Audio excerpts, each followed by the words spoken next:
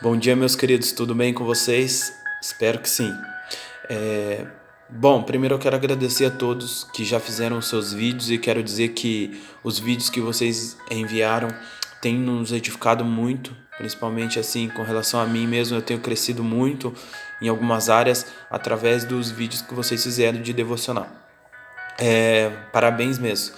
E para mim fica até difícil falar sabendo que tem tantos aí que me mandaram muito bem, né? Que tem muitos caras aí que são pregadores natos já. A gente já consegue enxergar.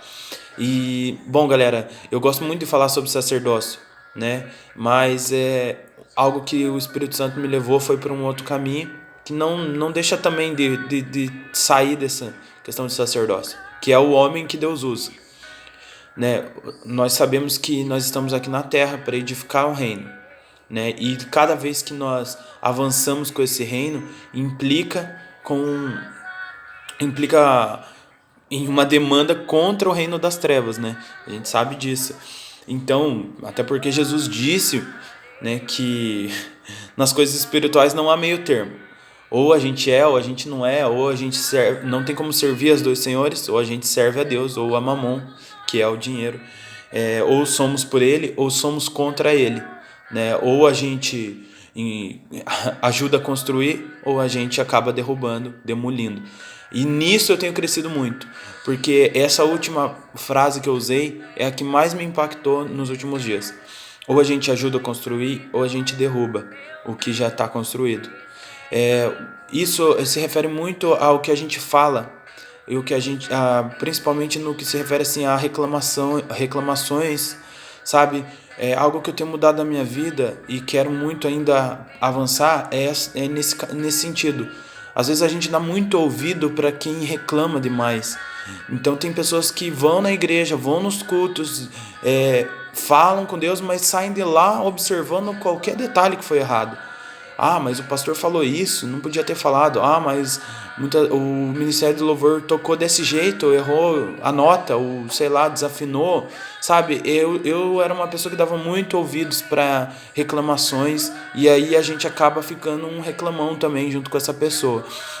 Então, algo que a gente tem que se afastar é desse tipo de pessoa que enxerga totalmente errado, né? Mas, claro que o primeiro, né, sentido não é se afastar da pessoa, mas é tentar não dar ouvidos às reclamações e realmente falar para pessoa que fale coisas positivas, né, e enxergue lá o lado positivo e não somente as coisas ruins. Então isso eu tenho avançado muito, porque eu era um cara assim que reclamava de tudo e de todos. E hoje Deus tem me mudado muito nessa área. Claro que a minha esposa ela tem me ajudado de uma forma tremenda nessa área, então eu tenho crescido. Então eu não quero ser um daqueles que ajudam a demolir, eu quero ser um daqueles que ajudam a construir, né? Então Deus tem me mudado nisso. E a gente sabe que para ser um homem que Deus usa, nós precisamos ser valentes, mas eu tenho algo para falar para você que não é questão da força física, da valentia, porque o reino de Deus a gente sabe que é totalmente contrário à nossa mente humana. O reino de Deus ele vai contra os nossos pensamentos. Então, para você ser um cara forte, você tem que ser fraco. Né? Para você ser um cara rico, você tem que ser pobre. Né? E para você ser um homem que Deus usa, você tem que ir contra o que o mundo prega que um homem é. Então, o primeiro ponto que eu quero citar é nesse ponto. O homem que Deus usa, ele é fraco. E aí lá em 2 Coríntios, no capítulo 12, no versículo 7, tem uma palavra que fala sobre isso. No 12, versículo 7, que é o espinho na carne de Paulo, que todo mundo conhece. E está escrito assim: e para que eu não ficasse orgulhoso com a grandeza das revelações, foi-me posto um espinho na carne, mensageiro de Satanás, para me esbofetear, a fim de que eu não me exalte. 3 vezes pedi ao Senhor que afastasse de mim. Então ele me disse: a minha graça é o que basta para você, porque o poder se aperfeiçoa na fraqueza, perdão. De boa vontade, pois me gloriarei nas fraquezas, para que sobre mim repouse o poder de Cristo. Por isso sinto prazer nas fraquezas, nos insultos, nas privações, nas perseguições, nas angústias, por amor de Cristo. Porque quando sou fraco, então é que eu sou forte. E realmente é isso. Para a gente ser um homem que seja forte, a gente tem que ser fraco. O reino de Deus é assim. A fraqueza é aquilo que não tem força para manter o pecado vivo, né? Ou para você, muitas vezes, né, alguns têm pecados guardados dentro de si que não são confessados. E para você levar esse pecado contigo, você tem que ser forte, para você ficar escondendo o tempo todo e sabendo e lutando contra isso. E aqueles que são fracos, né, eles já confessam, eles não conseguem ficar com aquilo. Eles já realmente procuram ajuda e já falam: olha, eu errei, eu fiz errado e estou errado nessa área e etc. Então, muitas vezes é esse fraco que Deus procura, que o reino dos céus procura, porque a gente tem que ser fraco ao ponto de a gente não levar nada com a gente. E realmente ter um caminho de transparência com os nossos discipuladores, né? Então a gente precisa realmente confessar. Eu acho que esse é o ponto principal do cara fraco. Fraco que na verdade é forte espiritualmente, porque cada vez que nós confessamos, nós ficamos mais fortes espiritualmente. Então a fraqueza é essa fraqueza da gente não se achar autossuficiente, né? De achar que a gente consegue com tudo. Porque até na igreja, aliás, num versículo, se eu não me engano, no livro de Mateus, está dizendo isso, que realmente, né, Jesus veio para quem? Para aqueles que eram doentes, aqueles que eram pobres, aqueles que eram fracos, né? Então, realmente a gente tem que ser fraco nesse sentido para que a gente possa ser forte e sempre buscar o refúgio na presença de Deus.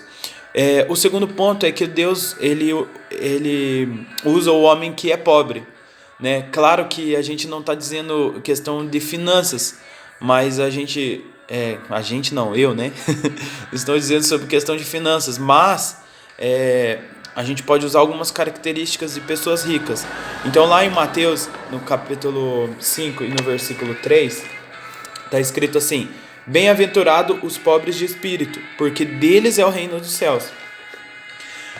A pobreza, claro que não é do dinheiro, mas é da atitude de reconhecer que precisa, né, que nada possui e que precisa do Senhor. Né? Um pobre, ele depende das pessoas, enquanto um rico, muitas vezes, ele depende das coisas.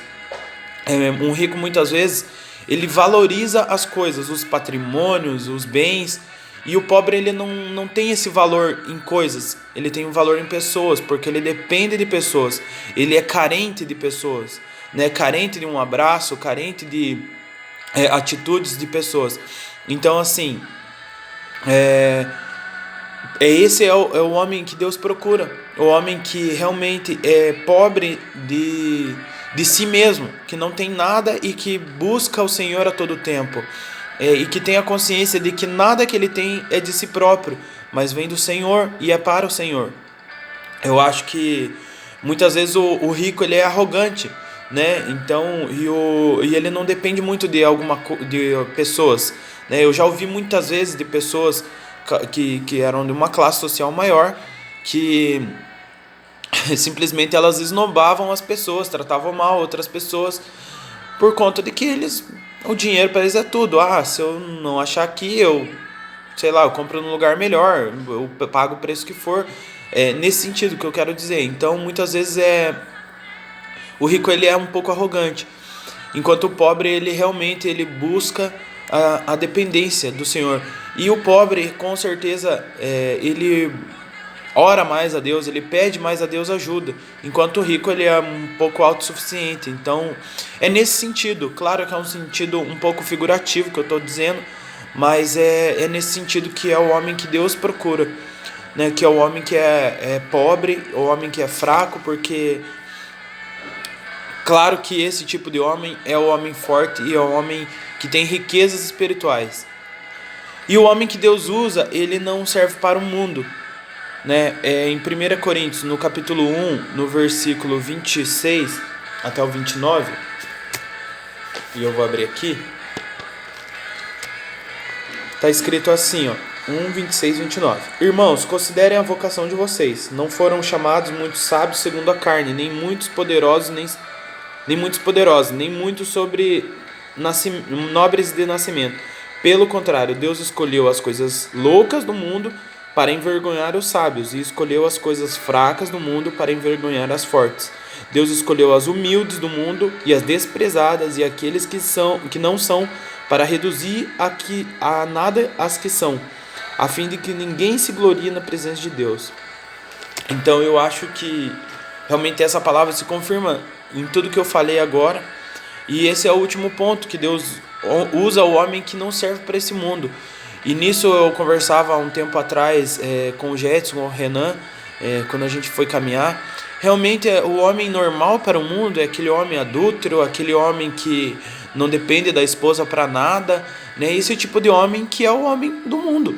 Então muitas vezes quando eu não estava nos caminhos de Deus, há um tempo atrás, há uns anos atrás, e eu já era casado, eu buscava ajuda às vezes de pessoas, amigos que realmente me davam conselhos que não iam agregar em nada, né? E muitas vezes aquele cara que está te aconselhando, muitas vezes a separar da tua esposa ou algo do tipo, falando que ela é doida, é o cara que está mais interessado na tua esposa, né? Então também tem isso. Então por isso que a gente não tem que procurar essa ajuda de pessoas que não têm valor para agregar. Eu até comentei com o Jetson Correnan nesse dia que a gente caminhou juntos, que uma vez eu sentei para falar que eu tinha namorado a minha esposa por um tempo sem beijar ela, né? Eu namorava no método da corte, né? Onde eu só cortejava ela. E quando eu falei isso, todas as pessoas que estavam na mesa deram risada da minha cara, e naquele momento eu me senti bem envergonhado. E depois Deus me trouxe a revelação de quem eram aqueles tipos de pessoas. Pessoas que na verdade tinham casamentos destruídos, pessoas que eram separadas, pessoas que eram viúvas às vezes. E Deus me mostrou cada situação ali, e eu entendi que eu não poderia ficar magoado com aquilo, porque aquelas pessoas infelizmente, né, tinham experiências ruins nessas áreas, e por isso elas estavam tirando sarro, porque na verdade dentro delas existia uma dor e há uma ferida muito aberta que não tinha sido curada, né? Então esse motivo me fez pensar que realmente eu estava no caminho certo e falei algo que era correto. Então, só que a visão delas de homem era totalmente diferente da que eu, né, teria testemunhado ali naquele momento. Então o homem que Deus usa, ele é um vaso quebrado, ele é um caco, ele é aquilo que é desprezível para o mundo, para, né, todos, né, aquilo que ninguém, aquele tipo de pessoa que ninguém busca. Esse é o tipo de homem que Deus usa e que Deus quer se aproximar, né? O mundo, ele testa a inteligência, enquanto Deus, eu anotei isso aqui, óbvio, né, porque vocês estão vendo que eu estou lendo. O mundo testa a inteligência do homem, enquanto Deus, para Deus, o que vale é a fé e o amor. O mundo valoriza os ricos, mas Deus ama os pobres. O mundo valoriza heróis, vencedores, campeões, mas Deus escolhe os últimos para fazer deles os primeiros, né? Quando eu comecei ontem a meditar nessa palavra, eu escrevi essa parte aqui porque Deus falou muito comigo nessa parte.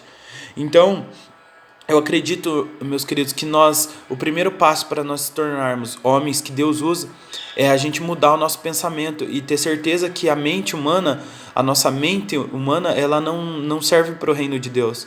Porque Deus usa as coisas loucas desse mundo para confundir os sábios, né?